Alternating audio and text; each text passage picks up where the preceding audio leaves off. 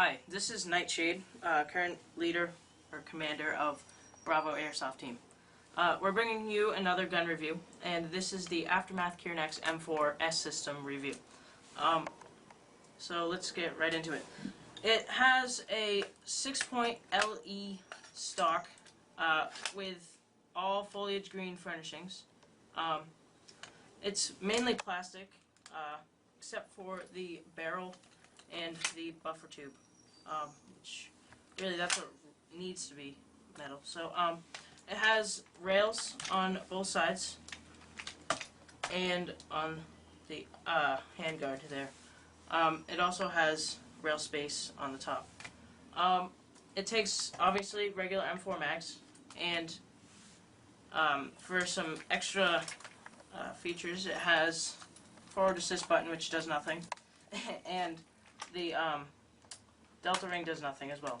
So it has a dust cover, and that exposes the fake bolt and the hop-up unit. The sights that come on it are standard M4 flip-up front sights and flip-up rear sights with 2 apertures, one for close quarters and one for long range. So that's long range, and then that's close quarters. It also has dial for windage. And so here we have some batteries. This is like what comes with it, an 8.4 standard battery. It's not the greatest, but this is a 9.6 battery with the same maximum ampage. So for rate of fire purposes, I'll be using a 9.6.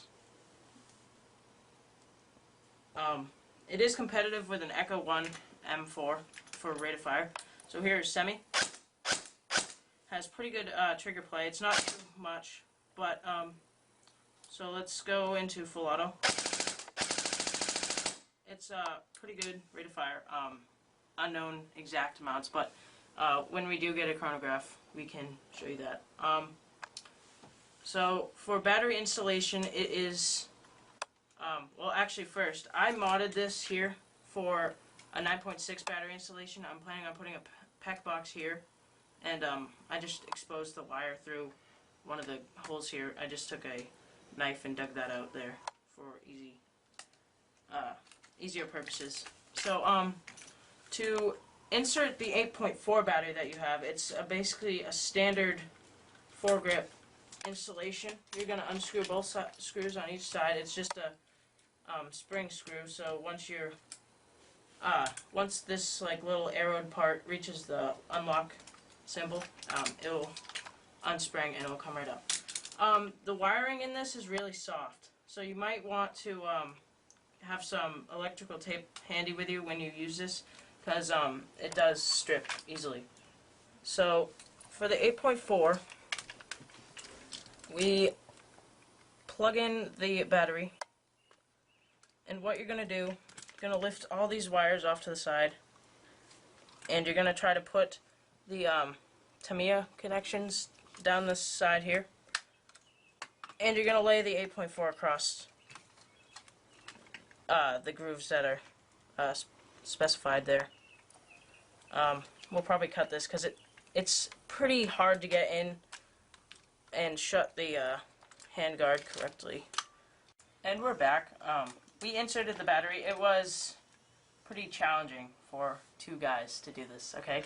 So this is why I recommend just simply modding it. Just take anything like a butter knife if you don't have any like blades. Just kind of widen this hole so you can fit the connector outside the handguard, and you'll be good to go with a PEC box. So now I'm going to move on to the lower receiver. As you can see, it has a non-ambidextrous firing switch, which is the same one as any M4. It also has a fake bolt catch, which just wobbles around and gets in the way when you try to field strip it. It has a mag release on the right side of the gun, which is also non-ambidextrous. So this is not for left-handed shooters at all. So that's that. It's mag, can take any standard M4 mag, and it clicks in nice, but then it has a lot of mag play. But this is also a well-used magazine, so as you can tell. So that's that. Couple other features that I forgot to mention. It has a plastic feeling rear sling mount, which I wouldn't even trust, so I don't think I'm going to even put a sling on this. And it the upper receiver here feels really plasticky as well, but that's okay. When you get this out of the box, it will have a foregrip with it, so this is not an aftermarket foregrip, which has a bit of wobble, and you have to put it in the right part on the rail for it to stay in a good place. The trigger is full metal, and so isn't the magazine release. So now moving on to field stripping the gun. What you'll need is anything really, like a screwdriver, and all you need to do is push down on this pin here, like so. Pull out the pin on the other side, and that allows you to simply move up the upper receiver. So it has a fair gearbox. It's nothing special by any means, and it's everything is exposed here. So this is the field strip. We're not going to do a full strip, but to push it back, you have to make sure a lot of things are going correct here. You have to pull up that fake bolt catch, and you have to make sure these two pins go in, so where the screw would walk in, like so. Clip it back in, push the bolt back in the same way that you took it out, so. And as you see, the pin goes right back where it was, and make sure that it's stable. Try not to pinch the wires in here.